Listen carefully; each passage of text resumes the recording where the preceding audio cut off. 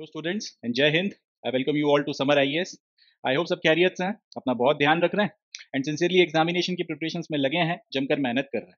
तो आज के सेशन में हम लोग 5 फरवरी 2024 का द हिंदू न्यूज़पेपर और उसके इंपॉर्टेंट करंट अफेयर्स को डिस्कस करेंगे। UPSC civil services 2024 prelims as well as mains के लिए ना सिर्फ हम इस तारीख के करंट अफेयर्स को डिस्कस करने वाले हैं सेशन में, साथ ही साथ हम ये भी देखेंगे कि इन करंट अफेयर्स में से अगर क्वेश्चंस बनाए जाते हैं, स्पेशली अगर प्रीलिम्स के लिए एमसीक्यूज फ्रेम किए जाते हैं, तो किस तरीके से फ्रेम किए जाते हैं, किसी न्यूज़ में से कितनी वैरायटी के क्वेश्चंस बन सकते हैं, किस किस सब्जेक्ट के साथ में इस न्यूज़ को जोड़ा जा सकता है, इन सारी बातों को भी हम लोग डिस्कस करेंगे। तो काफ़ी सारी चीज़ें हैं सीखने के लिए, काफ़ी कुछ है जानने के लिए and I can ensure you, I can guarantee you this session is going to enhance your preparation for civil services more than your expectations. तो इसी नोट पर शुरू करते हैं 5 जनवरी 2024 का द हिंदू न्यूज़पेपर और उसके इंपॉर्टेंट करंट अफेयर्स। चलें देखते हैं। चलें तो पहले न्यूज़ के बारे में बात करते हैं। समाचार ये है कि यूनाइटेड स्टेट्स ने और यूनाइटेड किंगडम्स ने यमन में हूती रिबेल्स जो हैं उनके टारगेट्स पर, उनके मिलिट्री ठिकानों के ऊपर बमबारी करी है, एयर स्ट्राइक्स वगैरह की गई हैं। इन एयर स्ट्राइक्स में प्राइमरीली हूतीज ने जमीन के नीचे जो अपना वेपन स्टोरेज फैसिलिटीज बना रखी हैं, जमीन के ऊपर तो आप कोई चीज बनाओगे तो उसको मारा जा सकता है, तो इन लोगों ने जमीन के नीचे, जमीन के अंदर बंकर्स में अपनी जो वेपन स्टोरेज की फैसिलिटीज बनाई हुई हैं उनको भी निशाना बनाया है। साथ ही साथ इनका जो मिसाइल सिस्टम्स हैं और इन मिसाइल सिस्टम्स को लॉन्च करने के जो इनके लॉन्च पैड्स हैं, जिनकी मदद से ये हूती रिबेल्स रेड सी से आने जाने वाले जितने भी जहाज हैं उनके ऊपर बमबारी कर रहे हैं या मिसाइल फायर कर रहे हैं, उसको रोका जा सके, उसके लिए सारी की सारी कार्रवाई की गई है। तो ये समाचार कि यमन में हूती रेबल्स के ठिकानों के ऊपर यूनाइटेड स्टेट्स और यूनाइटेड किंगडम ने टारगेट्स किए हैं या फिर स्ट्राइक्स करी हैं, ये अपने लिए सच किसी काम की नहीं है। मगर इसमें दो तीन बातें अपने को पता चलती हैं। पहला तो ये कि हूतीज नाक में दम किए हुए हैं लोगों की, तभी इन लोगों के ऊपर स्ट्राइक्स हो रही हैं, पहली चीज। दूसरा, ये सारा का सारा नाटक यमन से हो रहा है। और तीसरी चीज, ये सब इसलिए किया गया है क्योंकि इसके चलते रेड सी से होने वाली जितनी भी शिपिंग है, रेड सी से जितने भी जहाज यूरोप की तरफ जाते हैं या यूरोप से आने वाले जितने भी जहाज हैं जो एशिया की तरफ में जा रहे हैं, इस पूरी शिपिंग नेटवर्क के ऊपर दिक्कतें आ रही हैं हूतीज के चलते, तो इनको टारगेट किया गया। तो एज एन एस्पिरेंट, यूपीएससी के सीरियस एस्पिरेंट के पॉइंट ऑफ व्यू से अब अपने लिए ये लाजमी हो जाता है कि हम हूतीज के बारे में पढ़ें, यमन की जो स्ट्रेटेजिक पोजीशन है उसके बारे में थोड़ा देखें, और रेड सी से जितनी भी शिपिंग होती है इसके बारे में, इस पूरे इलाके के बारे में थोड़ी हमको नॉलेज होनी चाहिए।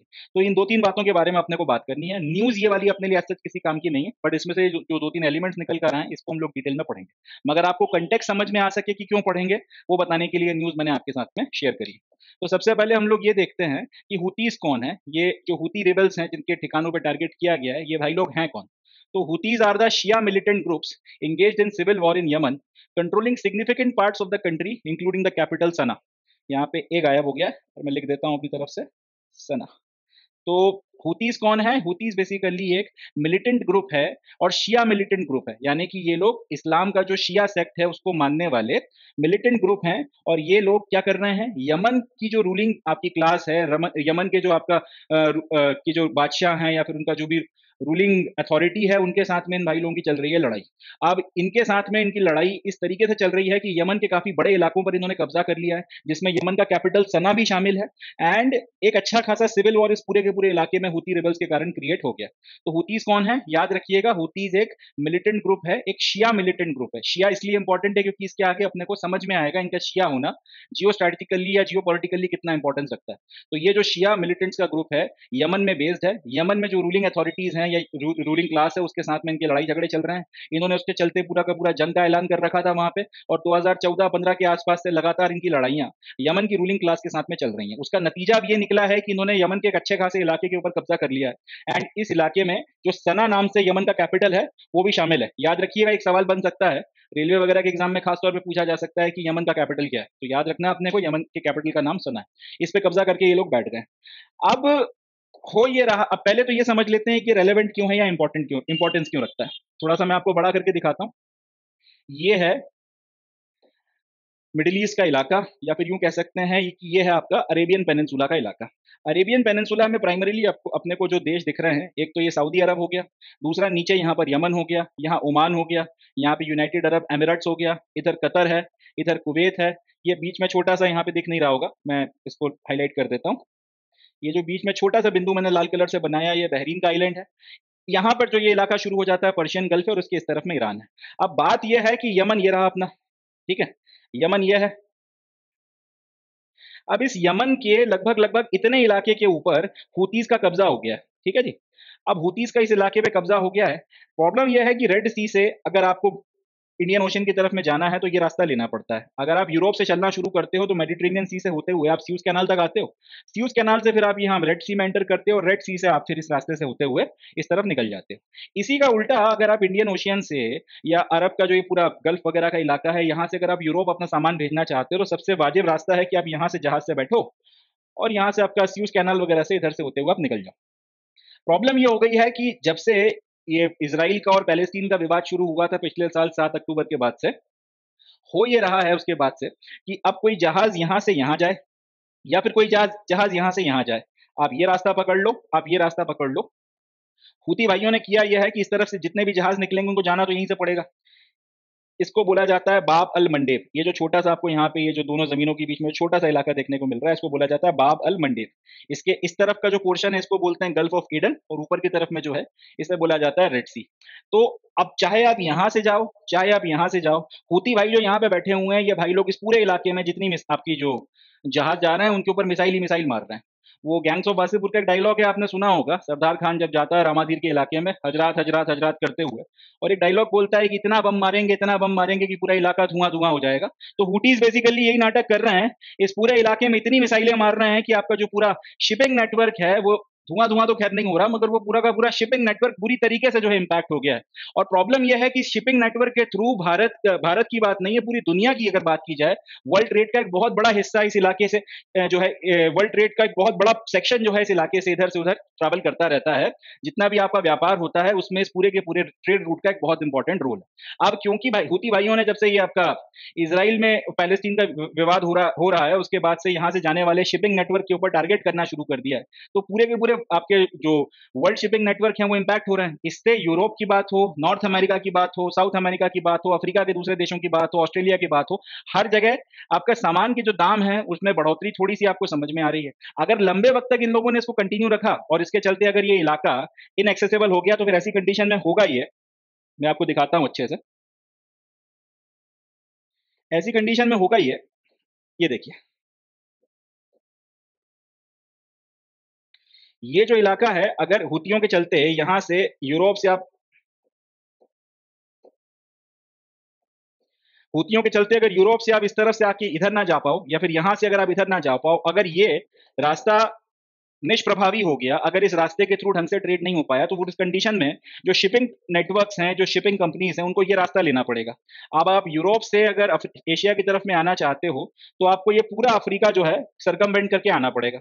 इसी तरीके से अगर आप एशिया से या फिर सऊदी अरब या फिर गल्फ या मिडिल ईस्ट कहीं से अगर आप यूरोप जाना चाहते हो, हूती भाई यहाँ पे बैठ के इतने बम और इतनी मिसाइलें मार रहे हैं कि इलाका धुआं धुआं हो गया है। इन दैट कंडीशन आपको फिर ये पूरा का पूरा रास्ता घूमकर इस तरफ जाना पड़ेगा। इसमें दो बातें होंगी, एक तो समय ज्यादा लगेगा, दूसरा आप लंबा रास्ता लोगे तो फिर आपका फ्यूल और बाकी आपकी जो इन्वेस्टमेंट है वो ज्यादा हो जाएगी। अब क्योंकि आप लंबा रास्ता ले रहे हो उसके चलते आपका फ्यूल और बाकी सारी चीजों का इन्वेस्टमेंट ज्यादा हो गया, तो ऑब्वियस सी बात है फिर जो आपको सामान बेचना है उसका दाम भी बढ़ जाएगा। इससे पूरा का पूरा जो आपका अलग अलग देश है उसमें रिसेशन उसमें इन्फ्लेशन आने की संभावना है, महंगाई बढ़ेगी तो फिर लोगों के जो बजट्स हैं वो डिस्टर्ब होते हैं। लोगों के अगर बजट डिस्टर्ब होते हैं तो फिर उनका अपनी सरकार के प्रति गुस्सा बढ़ता है, और सरकार के प्रति अगर गुस्सा बढ़ता है तो फिर अगले इलेक्शन में उसका आपको नुकसान होता है। पूरे के पूरे यूरोप में ये अंदेशा उठ गया है, लैटिन अमेरिका की बात कर ली जाए, नॉर्थ अमेरिका की बात कर ली जाए, ऑस्ट्रेलिया, इंडिया, लगभग लगभग हर जगह जो है ये अंदेशा उठ गया है। तो इन सारी बातों के चलते हुतीज को रोकना जरूरी हो गया था और उसी लिए सारा का सारा काम किया जा रहा है। अच्छा, एक चीज और कि इस पूरे के पूरे इलाके में हूतीज अभी से तबाही नहीं मचा रहे हैं। हूतियों ने क्रांति मचा रखी है 2012, 13, 14 के आसपास से, और इस पूरे इलाके में जो लड़ाई वगैरह चल रही है इसमें और भी बाकी सारे एलिमेंट शामिल है। सिर्फ इतना सा नहीं है कि ये हूतीज जो हैं, इन हूतीज को सिर्फ आपका इस तरह से कह सकते हैं कि आपका यमन में रूल करने वाले लोग पसंद नहीं तो उन्होंने उनके खिलाफ लड़ाई झगड़ा शुरू कर दिया, इतनी सी बात नहीं है। अब मैंने जैसा कि कहा था कि इनका शिया होना बहुत इंपॉर्टेंस रखता है, उसको थोड़ा समझते हैं। यमन की बॉर्डर लगती है सऊदी अरब के साथ में। ये पूरा का पूरा इलाका जो है सऊदी अरब के साथ में यमन की बॉर्डर लगती है और ये पूरा का पूरा इलाका हूतीज के कंट्रोल में आ गया। अब इस इलाके की खासियत यह है कि इस इलाके में बॉर्डर के इस तरफ भी शिया रहते हैं और सऊदी अरब के इस तरफ इस इलाके में भी जो है कुछ पोर्शन में आपको शिया आबादी देखने के लिए मिलती है। अब सऊदी अरब वालों की टेंशन ये है, सऊदी अरब क्योंकि प्राइमरीली एक सुन्नी स्टेट है, सऊदी अरब में मेजोरिटी अगर आप देखोगे तो सुन्नियों की देखने को मिलती है, मगर इस क्षेत्र में क्योंकि शिया एक मेजोरिटी में है और यमन में इस इलाके में भी शिया मेजोरिटी में है जो हुतीस के कंट्रोल में आ गया है। अब अगर ये दोनों बॉर्डर के इस तरफ के जो शिया बैठे हुए हैं सऊदी अरब में, अगर हुतीस इनको इन्फ्लुएंस करने लगे और इनकी मदद से इन्होंने भी एक सिविल वॉर शुरू कर दिया, तो अभी जो आग यमन में लगी हुई है हो सकता है वो कल को सऊदी अरब में भी पहुंच जाए।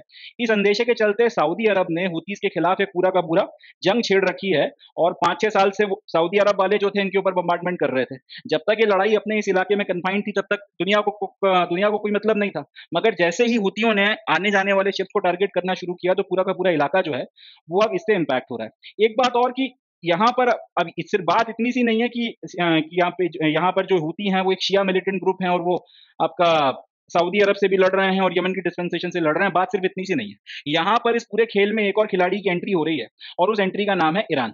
ईरान प्राइमरीली एक शिया नेशन है और ईरान की और सऊदी अरब की जो है हिस्टोरिकल राइवलरी है, मतलब सिर्फ शिया सुन्नी का लफड़ा नहीं है, मगर इनके आपस में भी जो है अरब इलाके की बात की जाए या पूरे मिडिल ईस्ट की बात की जाए तो दो बड़े पावरफुल देश हैं, एक तो सऊदी अरब है और दूसरा है ईरान। दोनों के बीच में वर्चस्व की लड़ाई है, इनका स्फीयर ऑफ इन्फ्लुएंस बढ़ाने की लड़ाई है। बाकी सारे देश देखिए ज्यादा बड़े बड़े नहीं है तो इनका इतना वर्चस्व नहीं है, पैसा खूब है इनके पास में, तेल वगैरह खूब है, बट मिलिटरीली इतने मजबूत देश यहाँ पर आपको मिडिल ईस्ट में देखने के लिए नहीं मिलते। एक सद्दाम हुसैन हुआ करता था तो अपने अंकल सैम या फिर अमेरिका वालों ने 2004-5 के बाद के आसपास में श्रीलंका लगा दी। तो आज की तारीख में मिडिल ईस्ट में सिर्फ दो इंपॉर्टेंट या दो मजबूत देश हैं और वो वर्चस्व की लड़ाई आपस में लड़ रहे हैं, एक है सुन्नी सऊदी अरेबिया और एक है शिया ईरान। तो क्योंकि हुतीज जो हैं वो शिया हैं, इसलिए इनके सपोर्ट में या फिर इनको समर्थन देने में ईरान जो है वो शामिल है। अब इसके ऊपर काफी आरोप लगते हैं कि भाई ईरान जो है इनको समर्थन दे रहा है, एंड वो कहीं ना कहीं लोगों को पता भी है कि ईरान का इनके प्रति समर्थन है, नहीं तो बिना समर्थन के हुतीज इतने लंबे वक्त तक 2014-15 के आसपास से दो देशों के खिलाफ, एक तो यमन अपना खुद का देश और सऊदी अरब जैसे मजबूत देश के खिलाफ है भाई अकेले लड़ना लेते और उसके बाद भी सर्वाइव ना कर जाते, टिके हुए हैं। इसका सीधा सीधा मतलब है कोई सपोर्ट दे रहा है, और वो सपोर्ट कौन दे रहा है? वो सपोर्ट दे रहा है आपका सऊदी अरब। अब सऊदी अरब के क्योंकि इसराइल के साथ में भी लड़ाई झगड़े हैं, सऊदी अरब अपने वर्चस्व को बढ़ाने के लिए इसराइल के खिलाफ जो उनके दुश्मन है, पैलेस्टीन हो गए, पैलेस्टीनियन हो गए, जॉर्डन हो गया, सीरिया हो गया और अब लेबनान हो गया, इन लोगों की भी मदद कर रहा है। यहाँ पे सऊदी अरब ने अपने अलग अलग जो है मिलिटेंट ग्रुप्स बना रखे हैं जिनको वो सपोर्ट करता है। जैसे लेबनान में हिजबुल्लाह करके ग्रुप बैठा हुआ है, ये पैलेस्टीन में हमास वाले बैठे हुए हैं। इन लोगों का इसराइल के खिलाफ ईरान जो है वो सपोर्ट करता है।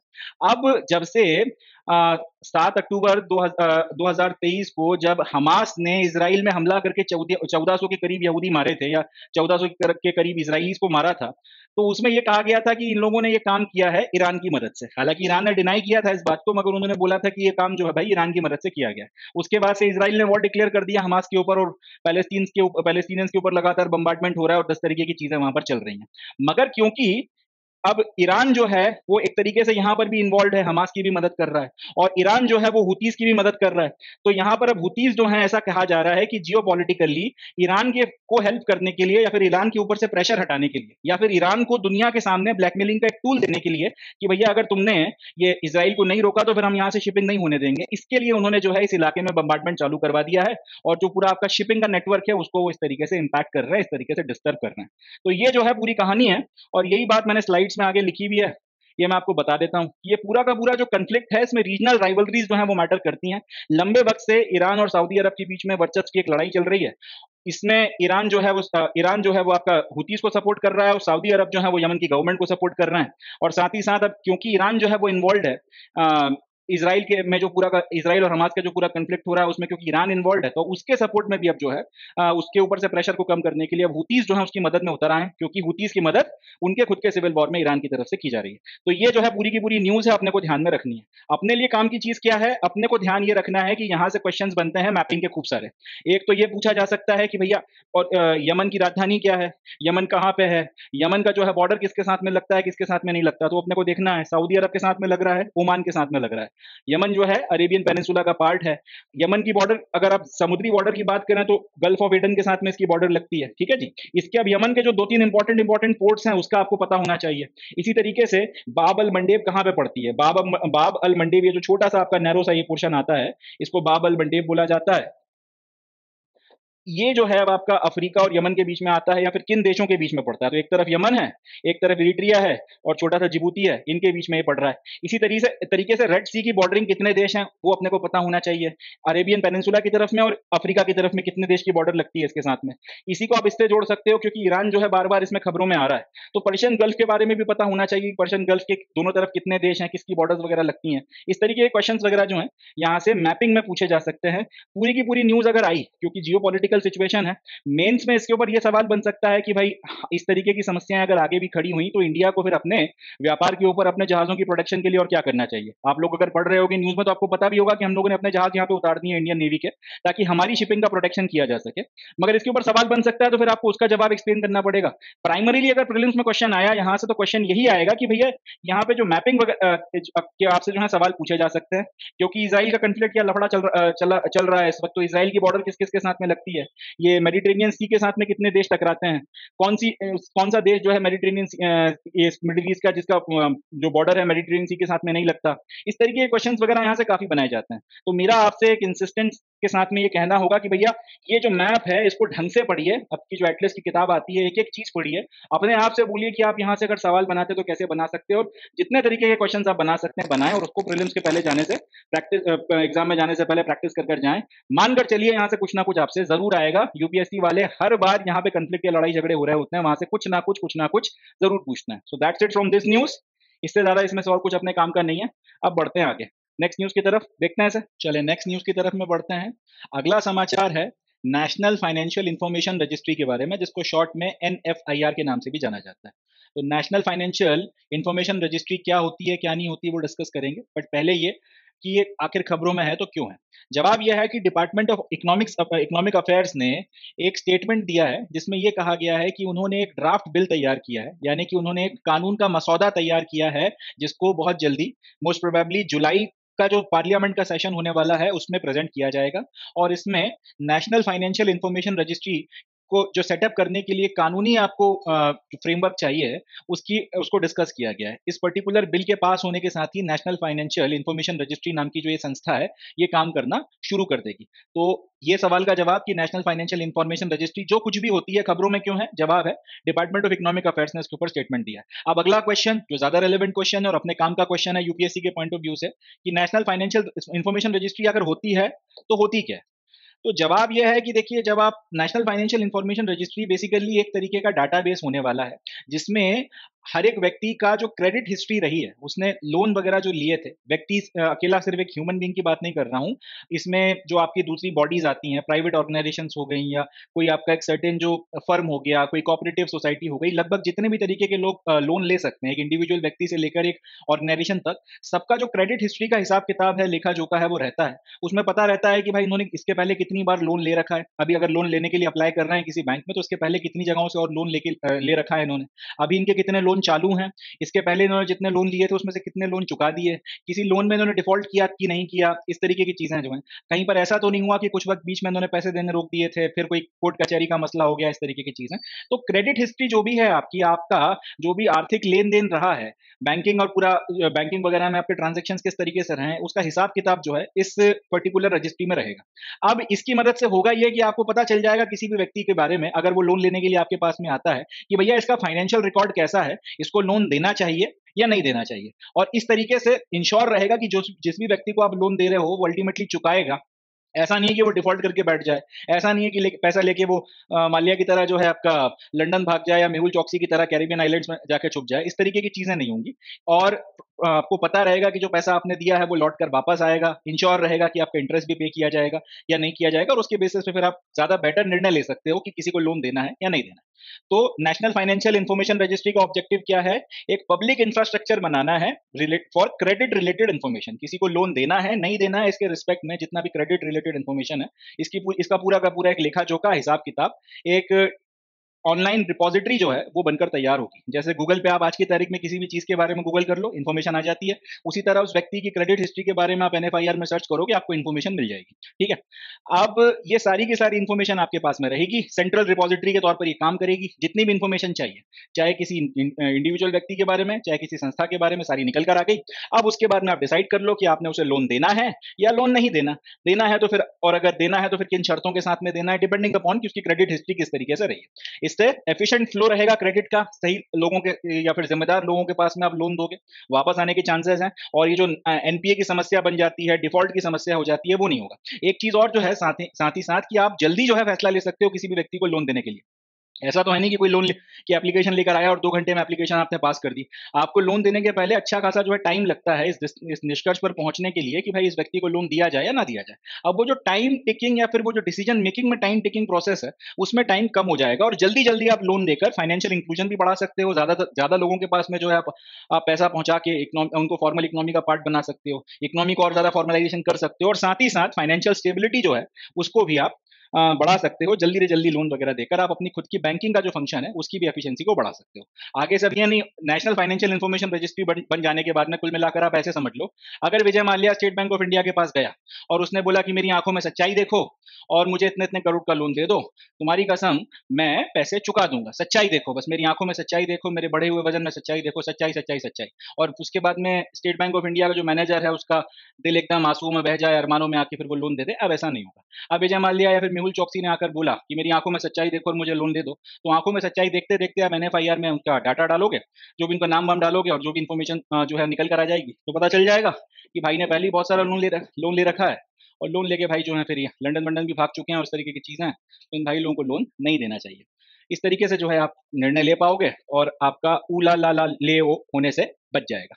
तो this is what the objective of NFIR is, national financial information registry के बारे में इतनी इन्फॉर्मेशन है जो अपने को पता होनी चाहिए। बाकी जुलाई में बिल आएगा तो यूपीएससी 2025 के पॉइंट ऑफ व्यू से एक अच्छा सवाल बनेगा, तब एनएफआईआर की क्या क्या टर्म्स एंड कंडीशंस और क्या स्पेसिफिकेशंस हैं वो मैं आपको डिटेल में पढ़ाऊंगा। चले, that's it from this news. अब बढ़ते हैं नेक्स्ट न्यूज की तरफ, देखते हैं सर। चले नेक्स्ट न्यूज की तरफ में बढ़ते हैं।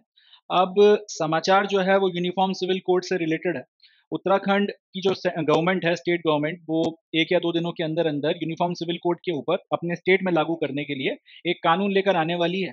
और क्योंकि उनके पास में मेजोरिटी है लेजिस्लेटिव असेंबली में, तो उसको पास होने में कोई दिक्कत होगी नहीं। तो मोस्ट लाइकली आपका यूनिफॉर्म सिविल कोड उत्तराखंड के लिए लागू होने वाला है, पास होके। जैसे वो पास होता है उसके बाद में इम्प्लीमेंट होगा। अब इस बात को लेकर यूनिफॉर्म सिविल कोड के इस पूरे मैटर को उत्तराखंड में जो लागू होने वाला है, इस बात को इंक्लूड कर द हिंदू में एक लंबा चौड़ा आर्टिकल छपा था। उस आर्टिकल को फिर पूरा पढ़ने के बाद में उससे जो इंपॉर्टेंट पॉइंट यूपीएससी के लिए निकल कर आते हैं, उससे मैंने आप लोगों के लिए ये खबर, ये जो नोट्स हैं वो बनाए हैं और उन्हीं को हम लोग डिस्कस करेंगे। तो ये जो लिखा हुआ है उत्तराखंड यूनिफॉर्म सिविल कोड, ये बेसिकली उस आर्टिकल का हेडिंग थी या उस आर्टिकल की हेडलाइन थी जहां से मैंने नोट्स बनाए। अब इसमें क्या क्या एस्पेक्ट्स को डिस्कस किया गया एक एक करके हम लोग देखेंगे।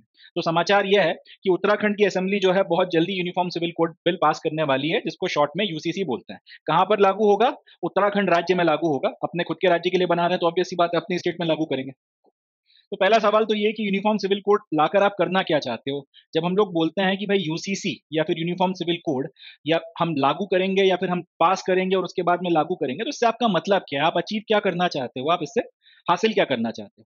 जवाब यह है कि यूनिफॉर्म सिविल कोड एक uniform set of laws create करने की कोशिश करता है, जो भारत में रहने वाले या फिर किसी भी जगह पर रहने वाली जो अलग अलग आपकी कम्युनिटीज हैं, उनके लिए अगर आप यूनिफॉर्म सिविल कोड लेकर आ रहे हो तो फिर उन सबकी अपनी जो अलग अलग कम्युनिटीज के अपने खुद के जो पर्सनल लॉज हैं रिलीजन में, जिसमें आपका मैरिज, डिवोर्स, एडॉप्शन, इनहेरिटेंस, ये सारी चीजें आ जाती हैं, उन सबको रिप्लेस कर कर एक यूनिफॉर्म सेट ऑफ लॉज उनके ऊपर लागू किए जाएंगे अगर यूनिफॉर्म सिविल कोड आ गया।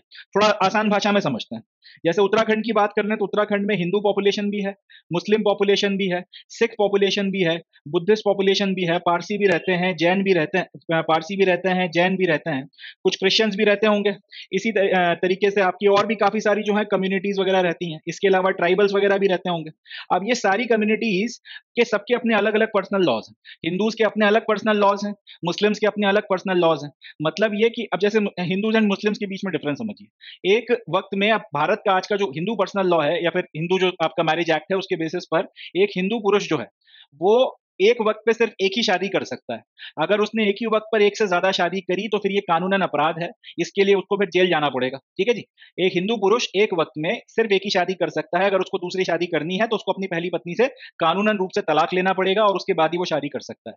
ये नहीं कि आपको बस साथ में नहीं रहना, आपको अच्छा नहीं लग रहा, आपने बोला कि भाई तुम अपने रास्ते में अपने रास्ते, आप सेपरेट हो गए और आप किसी और के साथ में जाके शादी कर लो, ऐसा भी नहीं है। आपको बकायदा कोर्ट जाना पड़ेगा, कोर्ट जाकर आपको तलाक की अर्जी लगाना पड़ेगी। अगर दोनों आपस में आपसी सहमति से म्यूचुअली डिवोर्स ले रहे हो तो फिर उसकी जो भी शर्तें तय होती हैं उसके बेसिस पे तलाक होगा।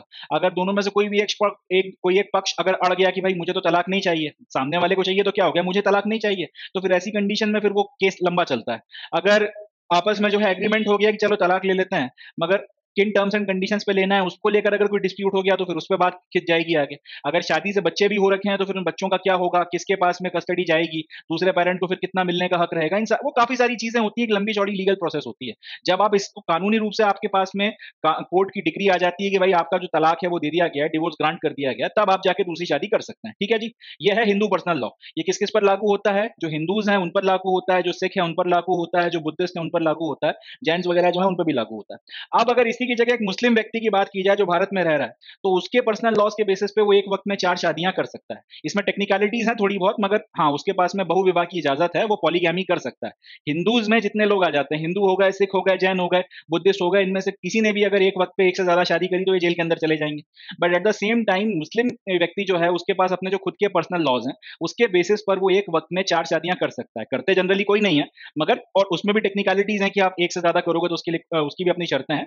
बट बड़े बड़े तौर पर, मोटे मोटे तौर पर अगर आप बात करोगे तो आपको 4 शादियां करने का अधिकार जो है भारत के संविधान के तहत, आपको जो पर्सनल लॉज की आजादी है उसके तहत में मिल रखा है। यानी कि एक मुस्लिम व्यक्ति एक वक्त में एक से ज्यादा शादी कर सकता है। अब यहाँ पे कॉन्ट्राडिक्शन आपको देखने को मिल रहा है, मगर यही पर्सनल लॉज हैं। हिंदूज के अपने अलग पर्सनल लॉज हैं, मुस्लिम्स के अपने अलग पर्सनल लॉ हैं। इसी तरह क्रिश्चियंस के अपने अलग पर्सनल लॉज होते हैं, पारसियों के अपने अलग पर्सनल लॉज होते हैं। ट्राइबल्स जो है वो अपनी एक अलग किस्म की जो है कहानी उनकी है और वो अपने हिसाब से रह रहे हैं। तो हर एक जो कम्युनिटी है उसके अपने अलग अलग पर्सनल लॉज हैं। इन पर्सनल लॉस का कई बार क्या है, अब समाज में कोई भी चीज अगर शुरू होती है तो वक्त के साथ में धीरे धीरे धीरे धीरे उसमें कुरीतियां आना शुरू हो जाती हैं। वक्त के साथ में उसमें धीरे धीरे परवर्जन आने लगते हैं और एक टाइम पीरियड पर एक अच्छे थॉट प्रोसेस के साथ में शुरू की गई प्रथा एक वक्त पे 100 साल 200 साल 300 साल 1000 साल बाद में उसकी कुछ ना कुछ प्रॉब्लम्स उसके साथ में क्रिएट हो जाती हैं। वही कुरीतियां लगभग लगभग हर पर्सनल लॉस के साथ में है। जैसे हिंदू पर्सनल लॉ की बात की जाए, हिंदू पर्सनल लॉ के पहले जो हिंदू कस्टम्स थे उसके अनुसार अगर एक लड़की की शादी कर दी गई तो फिर उसको पिता की प्रॉपर्टी में अधिकार नहीं मिलेगा। अब हालांकि हिंदू मैरिज एक्ट वगैरह और बाकी जो पर्सनल लॉज वगैरह बने उसमें ये अधिकार दिया गया है, मगर अगर आप कस्टम्स के बेसिस पर देखोगे तो उसमें जो है अधिकार वगैरह नहीं दिए जाएंगे। जिस जमाने में ये कानून बना होगा या जिस जमाने में इस तरीके का कस्टम बना होगा कुछ हजार साल पहले, इस बात का कुछ सेंस रहा होगा। आज की तारीख में इस बात का सेंस नहीं है, जब लड़के और लड़की में किसी तरीके का भेद नहीं किया जा सकता किसी भी बात के ऊपर, तब इस तरीके का जो प्रथा है उसका कोई सेंस नहीं बनता। तो इसके खिलाफ आपने कानून बना दिया या फिर इसको इस तरीके से आपने जो है बैन कर दिया। एट द सेम टाइम अगर आप मुस्लिम पक्ष की बात करें या मुस्लिम समाज की बात करें तो 4 शादियों का अधिकार भी जो है एक व्यक्ति के पास में है, पॉलीगैमी है। इसी तरह एक डॉटर जो है उसको इस्लाम में एक इंटरेस्टिंग बात है कि उसको प्रॉपर्टी में हक दिया गया। अब यहाँ पे फर्क देखिएगा, एक हिंदू जो महिला है उसको हिंदू कस्टम्स में प्रॉपर्टी में हक नहीं मिलता, कानून वगैरह बना के उसको हक दिया गया है। अगर ट्रेडिशनल तरीके से देखा जाए तो उसकी शादी होने के बाद में उसका क्लेम नहीं बनता अपने फादर की प्रॉपर्टी के ऊपर। अगर मनुस्मृति के हिसाब से या जो आपका कन्वेंशन देखा जाए, जो प्रथाएं चलती थी 1954 का कानून बनने के पहले, तो उसके पहले ये व्यवस्था थी। But at the same time एक मुस्लिम महिला की बात की जाए तो उसको उसके पिता की प्रॉपर्टी में हक है, मगर कितना हक है, बेटे को जितना मिल रहा है उसका आधा। ठीक है, इसको याद रखिएगा, बेटे को जितना मिल रहा है उसके आधे का आधा। यानी कि अगर पिता की प्रॉपर्टी को हम लोग 100 मान लें और पिता के जो है 2 बेटे हैं और एक बेटी है, तो 2 बेटों के हिसाब से बेटे को कितना मिल रहा है, 50 मिल रहा है हर एक बेटे को। तो लड़की को कितना मिलेगा, उस आधे का, बेटे को जितना मिल रहा है उसका आधा, आधे का लगभग 25% के आसपास। तो हालांकि यहाँ पर दिया जा रहा है, मगर यहाँ पे डॉटर के साथ में डिस्क्रिमिनेशन है, ये इनका अपना एक पर्सनल लॉ है। तो पॉइंट ये है, इस तरीके से हर एक जो आपकी कम्युनिटी है उसके अपने अपने पर्सनल लॉज हैं और उन पर्सनल लॉज के अनुसार उनका जो है अपने जो शादी ब्याह के मैटर्स हैं उनको गवर्न करने की आजादी है। इसी तरीके से आपका इनहेरिटेंस का जो मसला है कि भाई आपने अपनी जो प्रॉपर्टी है वो किसको देनी है किसको नहीं देनी है, वो आप डिसाइड कर सकते हो अपने पर्सनल लॉज के बेसिस पे। इसी तरीके से अगर आप किसी को अडॉप्ट करते हो तो एक तो आप अडॉप्ट कर सकते हो या नहीं कर सकते वो बात, और अडॉप्ट करोगे तो फिर उसका कितना राइट बनेगा, आपकी प्रॉपर्टी पे क्या राइट नहीं बनेगा, वगैरह वगैरह, इस तरीके की चीजें। ये सारी की सारी जो बातें हैं, जो सारे मसले हैं, मैरिज हो गया, डिवोर्स हो गया, शादी तलाक, एडॉप्शन की बात हो गई, और इनहेरिटेंस यानी कि पिता की जो प्रॉपर्टी है वो बच्चों में किस तरह से जाएगी और किस तरह से बटेगी, इस तरीके की जो चीजें हैं जिससे आपकी सामाजिक जिंदगी जो है वो चलती है, आपके समाज के अंदर आपकी सामाजिक जिंदगी जो चलती है, ये सारी चीजें भारत में हर एक व्यक्ति के, हर एक जो कम्युनिटी है, इसके अपने अलग अलग पर्सनल लॉज हैं। अब जब भी आप यूनिफॉर्म सिविल कोड लेकर आओगे तो हर एक जो, अब जैसे कि मैंने आपको बताया, हर एक जो पर्सनल लॉज हैं, हर एक अगर समाज की हम बात करें तो उसमें अपनी कुछ ना कुछ कुरीतियां वक्त के साथ में डेवलप हो गई हैं। हर एक में कुछ ना कुछ आपको या तो डिस्क्रिमिनेशन है, या फिर एक क्लियर जो है आपको कुछ ना कुछ डिफेक्ट दिखता है जो आज की तारीख में समाज के पॉइंट ऑफ व्यू से ठीक नहीं है। तो इन सारी चीजों को हटाने के लिए एक यूनिफॉर्म सेट ऑफ लॉज अगर आप लेकर आते हो, जिसमें यह बोला जाता है कि भाई शादी ब्याह की बात हो, एडॉप्शन की बात हो, इनहेरिटेंस की बात हो, आपके ऊपर कुछ पर्टिकुलर बातें लागू होंगी, कुछ आपके यूनिफॉर्म सेट ऑफ लॉज हैं जिसके अनुसार आपको इन सारी चीजों को करना पड़ेगा। अब आपके पर्सनल लॉज नहीं लागू होंगे, तो फिर ये चीज जो है वो कहलाती है यूनिफॉर्म सिविल कोड, या फिर यूनिफॉर्म सिविल कोड बेसिकली इन सारे पर्सनल लॉज को हटा के इनकी जगह पे एक यूनिफॉर्म सेट ऑफ लॉज स्थापित करता है। अब सवाल उठता है कि भारत में आखिर यूनिफॉर्म सिविल कोड लागू क्यों हो रहा है किसी एक स्टेट में, या फिर क्यों लागू होना चाहिए। वक्त वक्त पे ये भी डिमांड उठती रहती है कि भारत में, पूरे भारत में आप यूनिफॉर्म सिविल कोड लेकर आ जाइए। तो सवाल उठता है कि भारत में आखिर यूनिफॉर्म सिविल कोड लागू करने की बहस हो ही क्यों रही है। सबके जब अपने अपने पर्सनल लॉज हैं, सब अपने अपने पर्सनल लॉज में खुश हैं, तो दिक्कत क्या है, आप यूनिफॉर्म सिविल कोड क्यों लाना चाहते हो। इसका जवाब है कि भारत के संविधान के आर्टिकल 44 में यह लिखा गया है कि भाई the state shall endeavour to secure uniform civil code throughout the territory of India. यानी कि भारत के जो स्टेट हैं, जो शासन है, उसकी जिम्मेदारी है कि वक्त के साथ में आपने पूरे देश में यूनिफॉर्म सिविल कोड लागू करना है।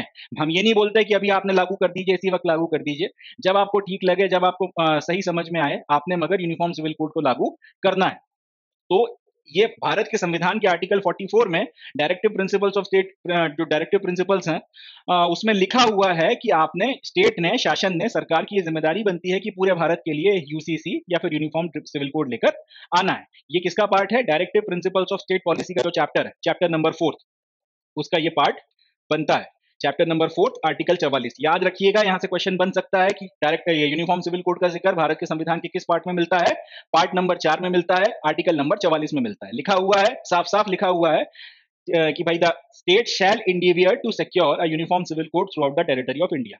हालांकि अब इंटरेस्टिंग बात यह है कि लिख तो दिया कि भाई आपकी सरकार की जिम्मेदारी है, आपने यूनिफॉर्म सिविल कोड लागू करना है, बट क्योंकि हम समझते हैं इस चीज को वक्त और मौके की नजाकत देखते हुए सही समय पर लागू करना है, इसलिए हम इसको इन्फोर्सिबल नहीं बना रहे। बट इंटरेस्टिंग बात है, डायरेक्टिव प्रिंसिपल्स में जो भी बातें लिखी हुई हैं वो स्टेट के ऊपर एक मॉरल रिस्पॉन्सिबिलिटी डालती हैं, बट एक लीगल रिस्पॉन्सिबिलिटी नहीं डालती। यानी कि अपने मॉरल्स के बेसिस पर आपकी जिम्मेदारी बनती है कि आप सही वक्त मौका देखकर इस चीज को लागू करिए, बट चले हम आपको कानूनी रूप से बातें नहीं कर रहे हैं कि आपको इतने टाइम लिमिट में ये काम करना है। तो ये बड़ा इंटरेस्टिंग पॉइंट है कि एक तरफ कॉन्स्टिट्यूशन खुद कहता है यूनिफॉर्म सिविल कोड आर्टिकल 44 के तहत में भैया तुम्हें लाना है, एक दिन तुम्हें लेकर आना है, मगर कब लाना है वो तुम खुद डिसाइड कर लो, हम उसको इन्फोर्स नहीं कर रहे, वो आपकी मर्जी, आप उसे कब लागू करना चाहते हैं। डायरेक्टिव प्रिंसिपल्स की लगभग ये पूरे के पूरे चैप्टर की यही खासियत है कि डायरेक्टिव प्रिंसिपल्स आपको एक दिशा निर्देश जरूर देता है, मगर आपके ऊपर कोई ऑब्लिगेशन नहीं डालता। यही बात यूनिफॉर्म सिविल कोड पे भी लागू होती है कि डायरेक्टिव प्रिंसिपल्स क्योंकि आपके ऊपर एक पाइवोटल रोल अदा करते हैं गवर्नेंस में, एक मोरालिटी जो है उसका एक मॉरल प्रेशर आपके ऊपर जरूर डालते हैं, मगर क्योंकि इन्फोर्सिबल नहीं है, कानूनी रूप से आपके ऊपर कोई बाध्यता नहीं है आपको उसको लागू करना है नहीं लागू करना, तो यहां से सरकार जो है उसको थोड़ा सा पेच मिल जाता है, थोड़ा सा ढील मिल जाती है। यूसीसी की भी यही कहानी है, लागू करने की जिम्मेदारी है, कब करना है इसके बारे में कुछ कहा नहीं गया। अब यही जो प्रश्न है, ये भारत की संविधान सभा में, कॉन्स्टिट्यूएंट असेंबली में जिसने संविधान लिखा था, उनके सामने भी ये क्वेश्चन आया था कि यूनिफॉर्म सिविल कोड जो है इसको भाई आप फंडामेंटल राइट बनाना चाहिए या फिर इसको हमको डायरेक्टिव प्रिंसिपल में डालना चाहिए। दूसरे शब्दों में इसको इन्फोर्सिबल बनाना चाहिए या फिर नॉन इन्फोर्सिबल बनाना चाहिए। जैसा कि आपको पता ही है, जिनको नहीं पता उनके लिए बता रहा हूं, आपके कॉन्स्टिट्यूशन का जो चैप्टर नंबर 3 है, चैप्टर नंबर 3 में फंडामेंटल राइट्स का जिक्र है। फंडामेंटल राइट्स होते हैं कानूनी तौर पर इन्फोर्सिबल, यानी कि अगर आपके फंडामेंटल राइट्स का वायलेशन होता है तो फिर आप कोर्ट जा सकते हो, और कोर्ट फिर बकायदा सरकार को आदेश देता है कि भाई फलाने व्यक्ति के फलाने फलाने फंडामेंटल राइट्स का वायलेशन हो रहा है, ये समाज के पूरे एक तबके का या पूरे के पूरे समाज के किसी फंडामेंटल राइट का वायलेशन हो रहा है, तो आप ये फलानी फलानी चीज करिए या फिर ये फलानी फलानी चीज जो हो रही है इसको करने से रोकिए, इसको बंद करवाइए। दूसरे शब्दों में कानूनी तौर से आपके पास में एक प्रोटेक्शन है, सुप्रीम कोर्ट का, हाई कोर्ट का, कोर्ट्स का आपके पास में एक प्रोटेक्शन है कि फंडामेंटल राइट्स का अगर वायलेशन होता है तो आपको उसको लागू करवाना पड़ेगा। डायरेक्टिव प्रिंसिपल की कहानी यह है कि इनको आप लागू नहीं करवा सकते कोर्ट से बोल के, वो स्टेट की मर्जी है कि वो कब करते हैं, क्योंकि संविधान में ऐसा कुछ कहा नहीं गया। फंडामेंटल राइट्स के लिए बड़ा क्लियर बोला गया है कि अगर वायलेशन होता है तो भैया तुम्हें लागू करवाना पड़ेगा, और इसके लिए आप जो कोर्ट जो व्यक्ति है वो कोर्ट जा सकता है, और कोर्ट ने अगर आदेश दे दिया तो फिर आपको झक मार के करना ही पड़ेगा, आप मना नहीं कर सकते। डायरेक्टिव प्रिंसिपल्स में क्योंकि इस तरीके का कोई ऑब्लिगेशन नहीं है, तो सामने वाला अगर कोर्ट चला भी गया कि साहब ये डायरेक्टिव प्रिंसिपल्स सरकार लागू नहीं कर रही, तो उस कंडीशन में उसको कोई राहत नहीं मिलेगी, कोर्ट आदेश नहीं दे सकता। ठीक है जी, इस बात को याद रखिएगा। तो यही सवाल संविधान सभा में जब संविधान लिखा जा रहा था, कॉन्स्टिट्यूएंट असेंबली में उठा था कि यूनिफॉर्म सिविल कोड को हम क्या करें, हम फंडामेंटल राइट बनाएं या ना बनाएं, दूसरे शब्दों में इसको इन्फोर्सेबल बनाएं ना बनाएं। तो इस सवाल के जवाब में दोनों तरफ से आपका पक्ष और विपक्ष, जो यूसीसी के सपोर्ट में थे फंडामेंटल राइट को बनाने के लिए, उन्होंने भी आर्ग्यूमेंट रखे, जो यूसीसी के विरोध में थे फंडामेंटल राइट जो चाहते थे कि इसको ना बनाया जाए, उन्होंने भी अपने अपने आर्ग्यूमेंट रखे। एक एक करके दोनों के आर्ग्यूमेंट देखते हैं। जिन्होंने इसको अपोज किया उन्होंने ये बोला कि अगर हम लोगों ने यूनिफॉर्म सिविल कोड को फंडामेंटल राइट बना दिया, अगर हम लोगों ने यूसीसी को इन्फोर्सिबल कर दिया कानूनी रूप से, ऐसी कंडीशन में जो भी आपकी माइनॉरिटीज हैं उनके राइट्स डाइल्यूट हो जाएंगे, क्योंकि हर एक माइनॉरिटी के अपने पर्सनल लॉज हैं। अब यूसीसी के तहत में आप बोलोगे कि तुम अपने पर्सनल लॉज के बेसिस पर नहीं चल सकते, तुम्हें यूनिफॉर्म सिविल कोड के बेसिस पर शादी ब्याह और बाकी सारी चीजें करना पड़ेंगी। अब वो नहीं हो सकता जो अभी तक हो रहा था, तो इससे माइनॉरिटीज के जो राइट है वो डाइल्यूट हो जाएंगे।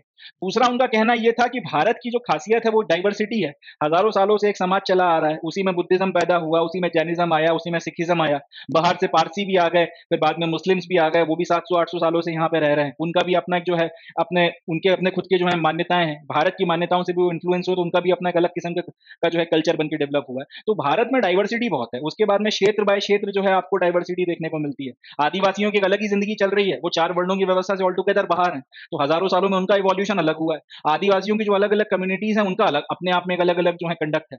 जो सेंट्रल एशिया के आदिवासी हैं वो नॉर्थ ईस्ट के आदिवासियों से अलग है, नॉर्थ ईस्ट के आदिवासी जो आपको जम्मू कश्मीर के इलाके में मिलने वाले ट्राइबल्स हैं उनसे अलग है, ये सारे के सारे ट्राइबल साउथ के इलाकों में मिलने वाले ट्राइबल से ऑल टुगेदर अलग है। तो डाइवर्सिटी भारत में इतनी गजब की है जिसका मतलब कुछ कहा नहीं जा सकता। इनका कहना यह था कि अगर यूनिफॉर्म सिविल कोड आ गया उस कंडीशन में जो पूरी की पूरी डाइवर्सिटी है वो खत्म हो जाएगी। तीसरा इन्होंने ये बोला कि भाई फंडामेंटल राइट्स में हम लोगों ने एक बार डिसाइड कर लिया है कि आपको फ्रीडम ऑफ रिलीजन मिलेगा, आपको अपना धर्म जैसे भी आप चाहते हो उस तरह से मानने की आजादी है। अब उसके बाद हम उसी फंडामेंटल राइट्स में अगर ये लिख दें कि तुम सबको यूनिफॉर्म सिविल कोड मानना पड़ेगा, तो ये यूनिफॉर्म सिविल कोड मानना पड़ेगा या इसकी मानने की जो बाध्यता है वो अपने आप में एक और फंडामेंटल राइट जो फ्रीडम ऑफ रिलीजन का मिल रखा है उसके साथ में सीधे सीधे क्लैश कर रहा है, और दो फंडामेंटल राइट्स एक दूसरे के साथ में क्लैश करें तो कॉन्ट्राडिक्टिंग सिचुएशन बन जाती है।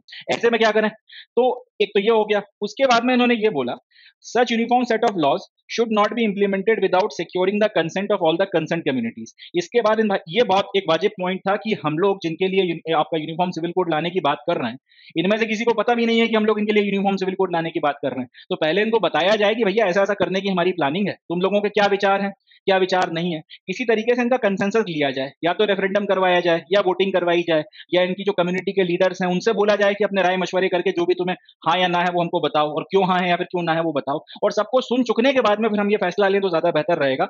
एक दिन आउट ऑफ नोवेयर आके आप ये नहीं कह सकते कि यार तुम अभी तक जैसे शादी और तलाक दे रहे थे उसी तरह से तुम अब आगे भी शादी और तलाक करोगे, और उसी तरह से तुम्हारे बाकी सारी चीजें भी उसी तरह से चले अब जो है जैसे पहले चलती थी अब वैसे ना चल के अलग तरह से चलेंगी। आप ऐसा नहीं कर सकते। आपको पहले आपकी जितनी भी कंसर्न कम्युनिटीज हैं उनसे आपने परमिशन तो खैर गलत वर्ड हो जाएगा, बट उनसे एक बार आप जो है राय मशवरा कर लें, उसके बाद फैसला करें तो ठीक रहेगा। वाजिब आर्ग्यूमेंट दिया था, ये एक बहुत सही बात कही थी। तो ये सारी की सारी बातें यूनिफॉर्म सिविल कोड आपने फंडामेंटल राइट नहीं बनाना चाहिए, इस पर्टिकुलर आर्ग्यूमेंट के साथ में या इस तरीके का विचार रखने वाले लोगों ने ये आर्ग्यूमेंट अपना दिया था और उसके पीछे के तर्क अपने ये बताए थे।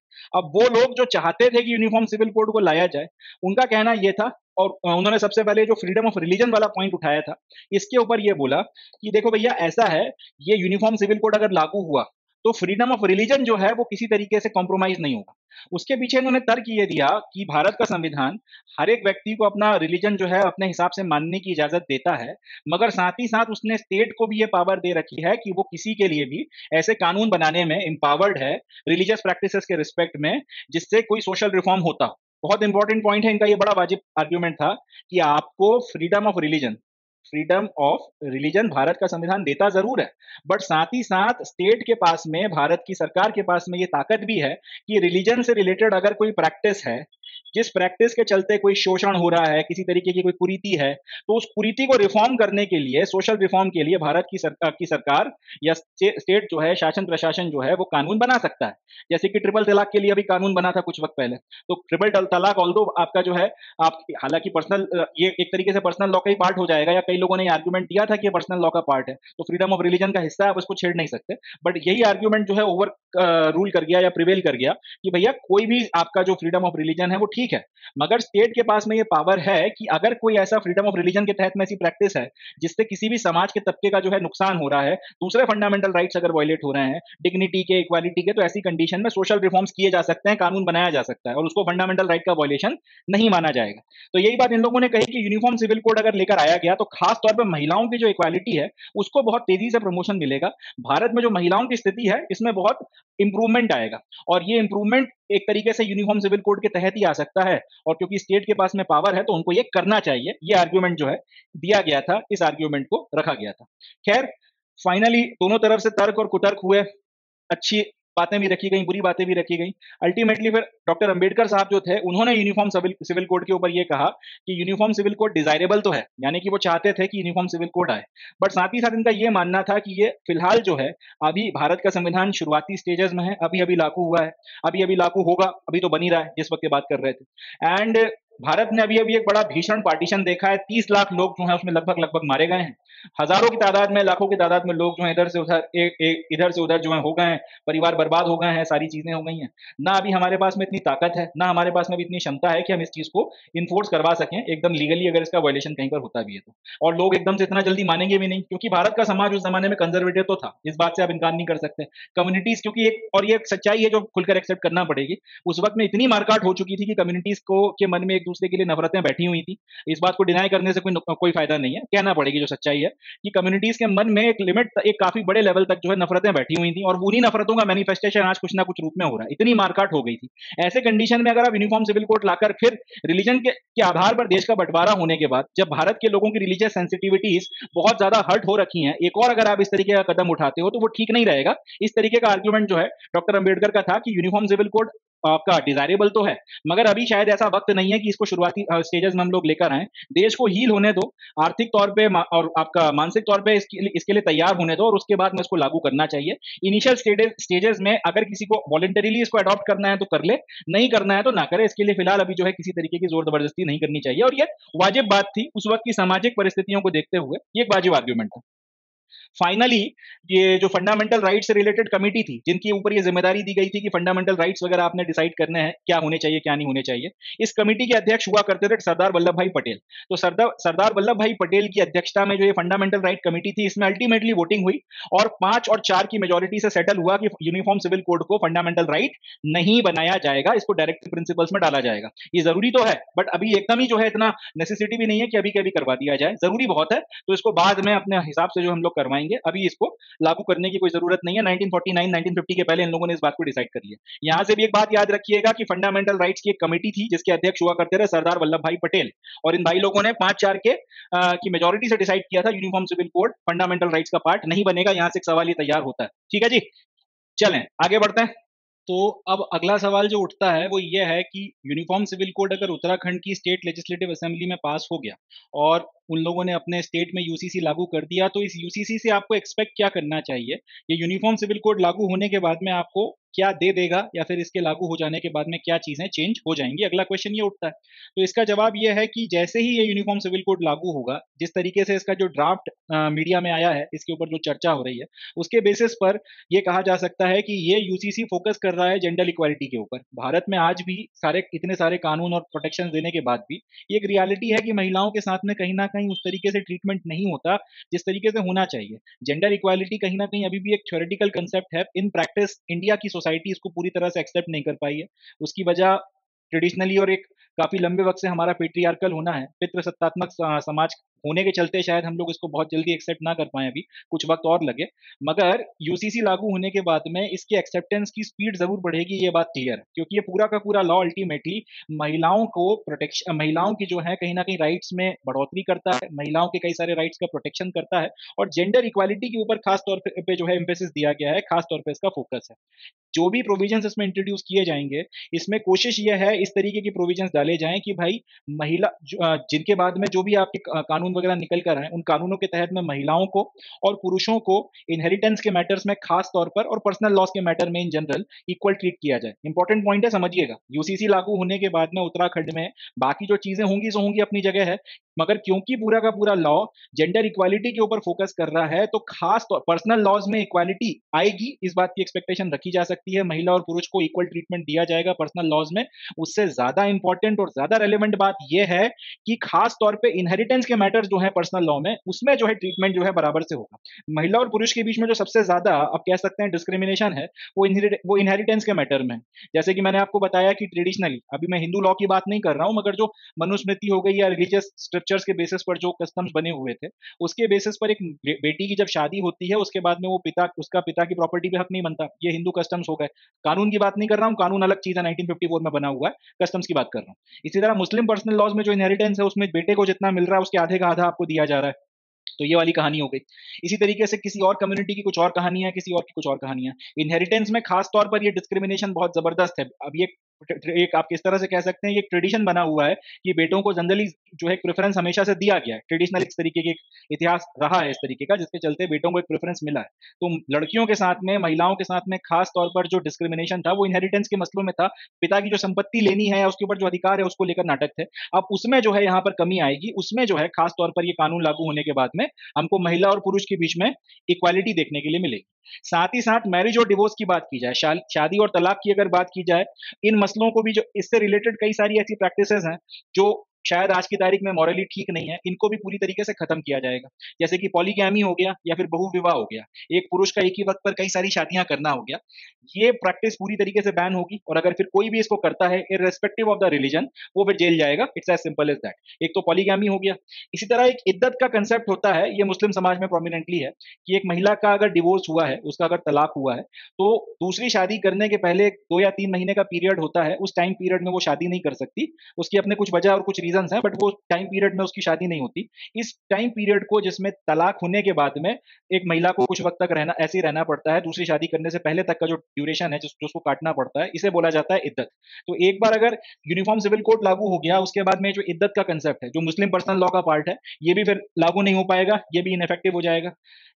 और इसी ये तो कुल मिलाकर आप इसको इस तरह से कह सकते हैं, पर्सनल लॉज में एक 360 डिग्री का चेंज हमको देखने को मिलने वाला है। और सारे लोगों के बीच में पर्सनल लॉस के रिस्पेक्ट में अगर बात की जाए, तो कानूनी तौर पर उनको इक्वल ट्रीटमेंट जो है दिया जाएगा। जेंडर के पॉइंट ऑफ व्यू से भी देखा जाए तो कानूनी तौर पर आपको इक्वल ट्रीटमेंट यहाँ पर मिलेगा।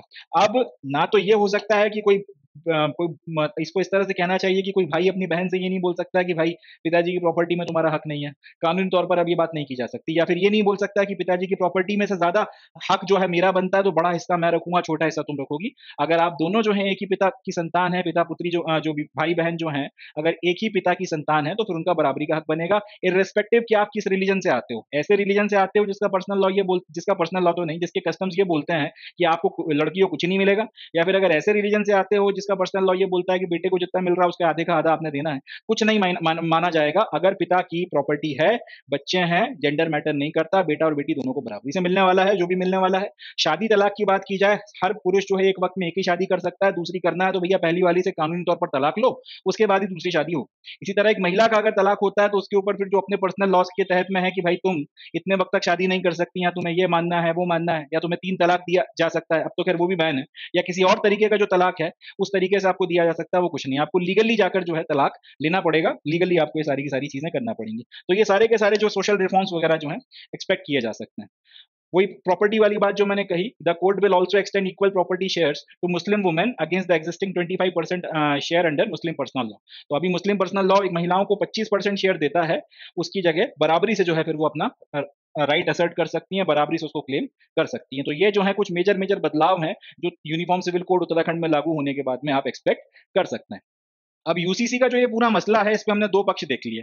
एक तो हमने ये देख लिया कि कानूनी तौर यूसीसी क्या होता है, और यूसीसी का जो पूरा हिस्टोरिकल इंपॉर्टेंस है, क्यों कॉन्स्टिट्यूशन में इसको डायरेक्टिव प्रिंसिपल्स में डाला गया और इन्फोर्सिबल नहीं बनाया गया, क्या उसकी डिबेट थी, वो सारी बात हमने देखी। और दूसरा, अगर ये लागू हुआ तो किस तरीके के बदलाव आएंगे। अब जाहिर सी बात है, यूनिफॉर्म सिविल कोड जो माना गया था कि भाई रेलेवेंट है, इंपॉर्टेंट है, लागू होना चाहिए, बट फिर भी इन्फोर्सिबल नहीं बनाया गया।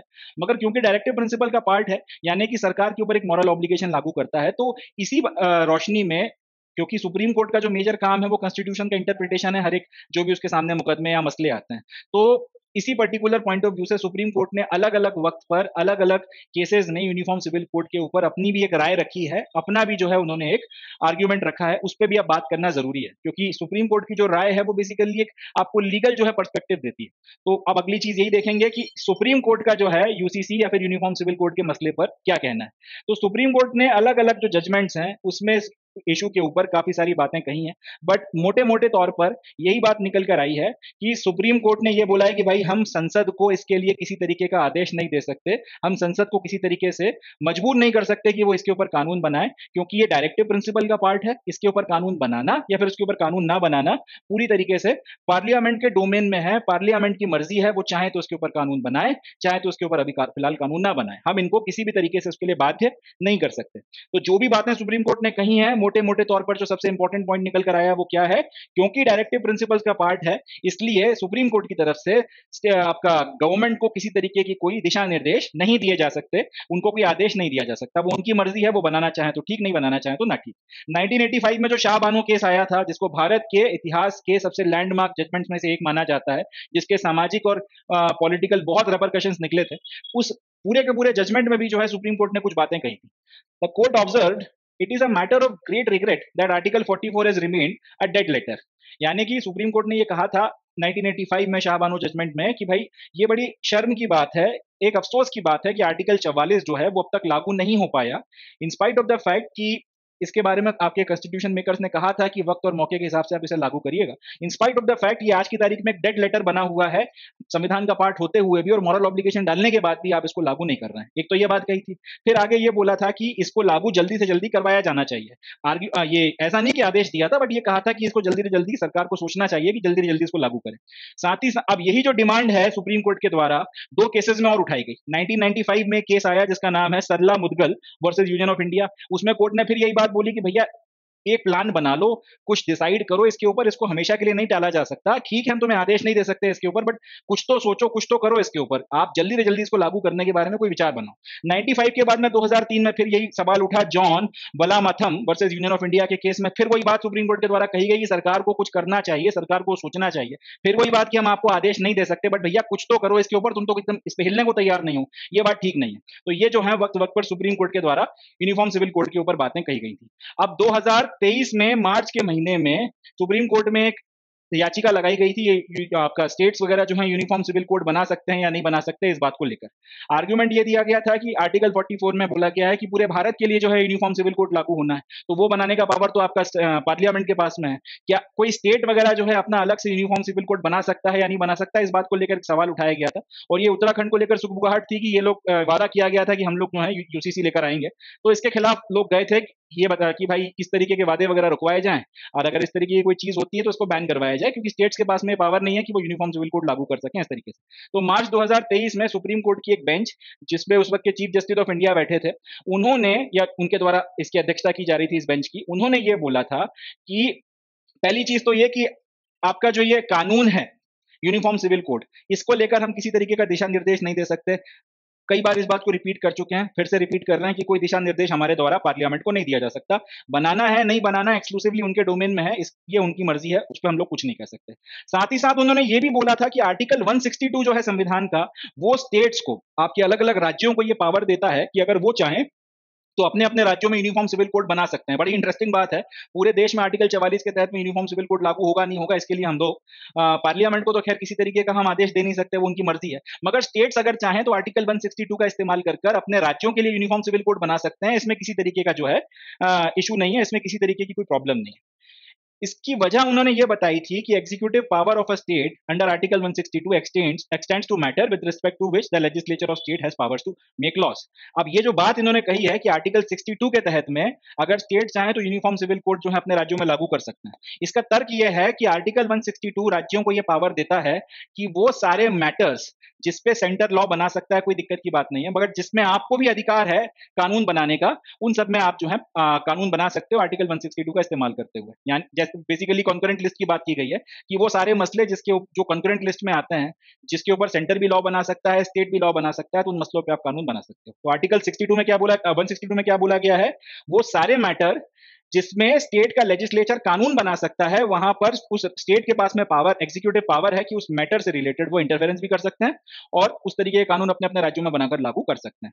तो ये अपने को याद रखना है, article 162, executive power of a state extends to matter with respect to matters with respect to legislature of with respect to legislature of state has power to make laws. यानी कि हर वो मसला जिसके ऊपर स्टेट कानून बना सकता है, स्टेट के पास में अधिकार है कि स्टेट के पास में उस मैटर के रिस्पेक्ट में एग्जीक्यूटिव पावर भी है, या एग्जीक्यूटिव के पास में उस स्टेट में पावर है कि वो मैटर जिस पे वो कानून बना सकता है वो सेंटर के साथ कॉन्करेंटली कानून बना सकता है, आर्टिकल 162 का इस्तेमाल कर वो उस पर कानून बनाए। अब कॉन्करेंट लिस्ट में कौन कौन से सब्जेक्ट आते हैं? मैरिज एंड डिवोर्स भी आता है, इन्फेंट्स एंड माइनर्स भी आते हैं, adoption, wills, in intestacy and succession भी आता है, ज्वाइंट फैमिली एंड पार्टीशन भी आता है। ये सारे के सारे मैटर आते हैं और टेक्निकली यही सारे के सारे मैटर पर्सनल लॉ का पार्ट है।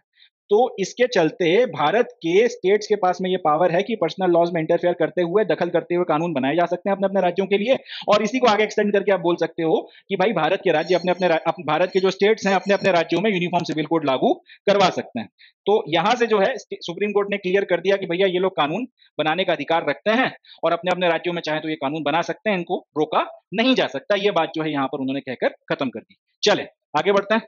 तो उत्तराखंड में यूनिफॉर्म सिविल कोड जो पास होने वाला है, इसको लेकर द हिंदू में जो आर्टिकल छपा था उसके जितने भी इंपॉर्टेंट एस्पेक्ट्स थे, उससे जितनी भी इंपॉर्टेंट बातें थी वो सब हमने डिस्कस कर ली। अब हम ये देखेंगे कि अगर यहाँ से क्वेश्चंस पूछे गए, स्पेशली अगर प्रीलिम्स में यहाँ से यूसीसी के ऊपर अगर कुछ पूछ लिया गया तो वो कितने तरीके के क्वेश्चंस हो सकते हैं एंड किस तरीके से उनको फ्रेम किया जा सकता है। तो यहाँ से तो खैर इस स्लाइड से तो क्या ही आएगा, इसमें तो सिर्फ आपको ये बताया था कि भाई यूसीसी जल्दी पास होने वाला है। यूनिफॉर्म सिविल कोड क्या होता है?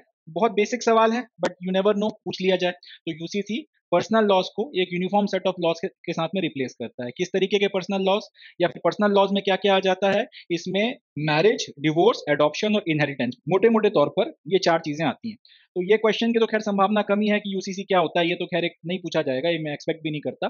मगर ये एक वाजिब सवाल बनता है कि यूनिफॉर्म सिविल कोड जनरली किन बातों को इफेक्ट करता है या इम्पैक्ट करता है, या फिर ये कि पर्सनल लॉ में मोटे मोटे तौर पर क्या चीजें आती हैं। इसी को ऐसे घुमा के बोल सकते हैं कि यूनिफॉर्म सिविल कोड जब लागू होगा तो मोटे तौर पर वो किन किन बातों को इम्पैक्ट करेगा, या उसके अंदर किस तरीके के कानून होंगे, किस तरीके की चीजों को गवर्न करने वाले कानून होंगे। जवाब हो गया मैरिज, डिवोर्स, एडॉप्शन और इनहेरिटेंस, ये अपने को याद रखना है। इसके अलावा और भी छोटे मोटे कुछ मसले आएंगे बट प्राइमरीली मोटे मोटे तौर पर पर्सनल लॉज में इन चार बातों को रेगुलेट करने के लिए यूसीसी लागू किया जा रहा है। अगला क्वेश्चन ये कि यूनिफॉर्म सिविल कोड और इसके आने की संभावना थोड़ी सी ज्यादा है, ना सिर्फ यूपीएससी के सिविल सर्विसेज में या फिर इसके अलावा यूपीएससी के जितने एग्जामिनेशंस होते हैं, एनडीए, सीडीएस, सीएपीएफ में, और इसके अलावा भी जो दूसरे पेपर्स हैं उसमें भी चांसेस हैं।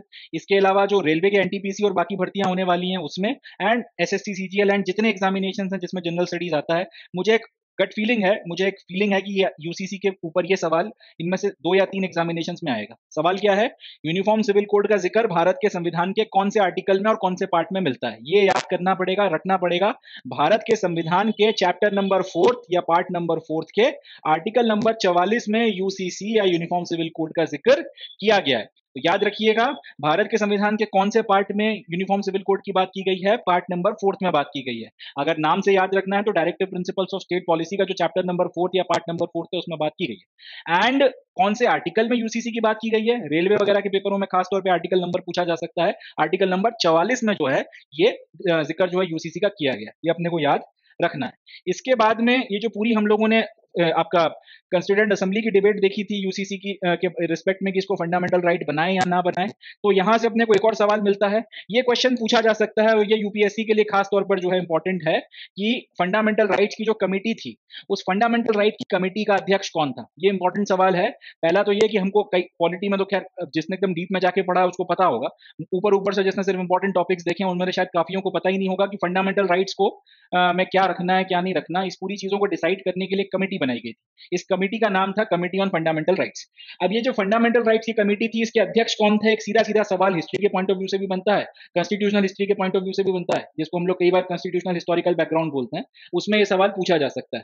तो ये एक सवाल याद रखिएगा, भारत के संविधान के जो फंडामेंटल राइट्स हैं आज की तारीख में, इस चैप्टर में कौन से फंडामेंटल राइट जाएंगे, कौन से फंडामेंटल राइट नहीं जाएंगे, इसके ऊपर जो निर्णय या डिसीजन लिया गया था वो लिया गया था एक कमेटी के द्वारा जिसका नाम था कमेटी ऑफ फंडामेंटल राइट्स या कमेटी ऑन फंडामेंटल राइट्स। इसके अध्यक्ष कौन थे दिमाग में उतार लीजिए, सरदार वल्लभ भाई पटेल, भारत के पहले, आजाद भारत के पहले जो गृह मंत्री थे, होम मिनिस्टर थे, उन्होंने जो है ये फैसला लिया था।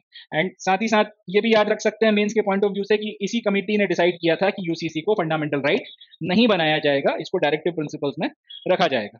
इसके बाद में एक क्वेश्चन ये पूछा जा सकता है, सुप्रीम कोर्ट ने जो अलग अलग वक्त पर अपनी बातें कही हैं, खासतौर पे लास्ट ईयर जो बात कही है 2023 में, उसमें आर्टिकल 162 का जिक्र किया गया है। तो एक क्वेश्चन ये पूछा जा सकता है कि भैया आर्टिकल 162 क्या भला है, आर्टिकल 162 किसको क्या पावर देती है? तो हमको याद रखना है, आर्टिकल 162 स्टेट्स को या स्टेट के एग्जीक्यूटिव्स को ये पावर देती है कि हर वो विषय जिसके ऊपर स्टेट लेजिस्लेचर कानून बना सकता है, यानी कि स्टेट लिस्ट में, और ऑब्वियसली बात है स्टेट लिस्ट में, और कॉन्करेंट लिस्ट के जो सब्जेक्ट्स हैं उसके ऊपर आप कानून ला सकते हो। इसी के चलते, क्योंकि कई सारे जो मसले हैं यूसीसी के वो कंकरेंट लिस्ट में आते हैं, मैरिज एंड डिवोर्स हो गया, या फिर आपका infants and minors adoption, infants and minors में यह है कि इनकी आपकी जो कस्टडी है वो किसके पास जाएगी, इस तरीके से इनका गार्जियन कौन बनेगा, एडॉप्शन, विल्स, और इस तरीके के जितने भी मसले हैं जो यूसीसी में आते हैं मोटे मोटे तौर पर, क्योंकि ये कंकरेंट लिस्ट का पार्ट है, इसलिए आर्टिकल 162 इनको पावर देता है स्टेट्स को कि अपने अपने यूसीसी बना सकते हैं। इसी क्वेश्चन को घुमा के पूछा जा सकता है कि स्टेट्स के पास में अपने राज्यों में खुद के यूनिफॉर्म सिविल कोड लागू करने की पावर कैसे आती है? जवाब है आर्टिकल 162 के तहत में आती है,